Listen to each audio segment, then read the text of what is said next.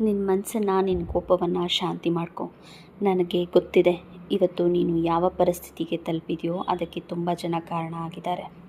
ನಿನ್ನ ಬಲವಂತವಾಗಿ ಒಂದು ರೂಮಲ್ಲಿ ಇಟ್ಟು ಅವರ ಆಸೆಯನ್ನು ಈಡೇರಿಸ್ಕೊಳ್ಳೋ ಕಾರ್ಯವನ್ನು ಒಬ್ಬರಲ್ಲ ತುಂಬ ಜನ ಮಾಡ್ತಿದ್ದಾರೆ. ನಿನ್ನ ಉಪಸ್ಥಿತಿ ಇದ್ದರೆ ಅವ್ರ ಕೆಲಸ ಆಗುತ್ತೆ ಅನ್ನೋದು ಅವರಿಗೆ ತುಂಬ ಚೆನ್ನಾಗಿ ಗೊತ್ತಿದೆ. ಮನೇಲೂ ಹಾಗೆ, ಹೊರಗಡೆನೂ ಹಾಗೆ ನಿನ್ನ ತುಂಬ ಯೂಸ್ ಮಾಡ್ಕೊತಾ ಇದ್ದಾರೆ. ಅವರಿಗೆ ಅವರ ತಪ್ಪನ್ನು ಹೇಳಿದ್ರೂ ಅರ್ಥ ಆಗ್ತಿಲ್ಲ ಅಂದರೆ ಅಲ್ಲಿ ನೀನು ಮೌನವಾಗಿರೋದೇ ಒಳ್ಳೆಯದು. ನೀನು ಕಡಿಮೆ ಮಾತಾಡಿದ್ರೆ ಮಾತ್ರ ಅವರಿಗೆ ಅವ್ರ ತಪ್ಪು ಅರ್ಥ ಆಗೋದು. ಹಾಗಾಗಿ ಅವ್ರ ಜೊತೆ ಜಗಳ ಆಡೋದು, ತುಂಬ ಜೋರಾಗಿ ಮಾತಾಡೋದನ್ನು ಬಿಡು.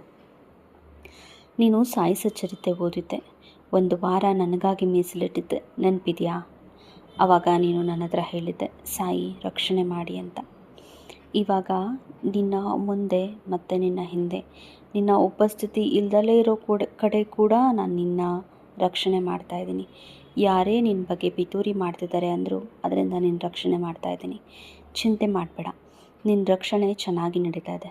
3 ಗಂಟೆ ನಂತರ ಅದೇ ಸ್ಥಳದಿಂದ ನಿನಗೆ ವಿಷಯ ಬರುತ್ತೆ, ಆ ಸ್ಥಳದಲ್ಲಿ ನೀನು ಇಲ್ಲದೇ ಇದ್ದಿದ್ದೆ ಒಳ್ಳೆಯದಾಯಿತು ಅಂತ. ಅಷ್ಟು ಚೆನ್ನಾಗಿ ನಿನ್ನ ರಕ್ಷಣೆ ನಡೀತಾ ಇದೆ. ನೀನು ನಿನಗೆ ಬೇಕಾಗಿರೋ ಕೆಲಸನ ಸ್ವತಃ ನೀನೇ ಹುಡ್ಕೋಕ್ಕೆ ಸ್ಟಾರ್ಟ್ ಮಾಡು. ಯಾರ ಮೇಲೂ ಆಧಾರವಾಗಿ ಇರಬೇಡ. ನೀನು ಪ್ರಪ್ರಥಮವಾಗಿ ಮೊಬೈಲಲ್ಲೇ ಹುಡುಕು. ನೀನು ಮುಂಚೆನೂ 1-2 ಹುಡುಕಿದ್ದೆ, ಆದರೆ ಅದರ ಮೇಲೆ ನೀನು ಕೆಲಸ ಮಾಡಲಿಲ್ಲ. ಆದರೆ ಈ ಸಲ ಹಾಗೆ ಮಾಡಬೇಡ, ಅಪ್ಲೈ ಮಾಡು. ಅವರು ಇಂಟರ್ವ್ಯೂಗೆ ಕರೆದ್ರೆ ಹೋಗ್ಬಿಟ್ಟು ಬಾ. ಹೀಗೆ ಅಟೆಂಡ್ ಮಾಡ್ತಿದ್ರೆ ನಿನಗೂ ಕೂಡ ಕೆಲಸ ಸಿಗೋಕ್ಕೆ ಸ್ಟಾರ್ಟ್ ಆಗುತ್ತೆ.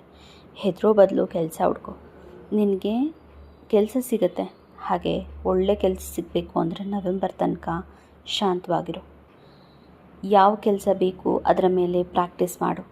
ಸ್ವಲ್ಪ ಜ್ಞಾನವನ್ನು ಪಡ್ಕೊ. ದುಡ್ಡು ಖರ್ಚು ಮಾಡಬೇಕಾಗತ್ತೆ ಅಂದರೆ ಆದಷ್ಟು ಖರ್ಚು ಮಾಡು. ಆದರೆ ಅದರ ತಕ್ಕನಾಗಿ ಜ್ಞಾನವನ್ನು ಸಂಪಾದನೆ ಮಾಡಬೇಕಾಗಿರೋದು ನಿನ್ನ ಕರ್ತವ್ಯ. ತುಂಬ ಒಳ್ಳೆಯದಾಗತ್ತೆ ನಿನಗೆ.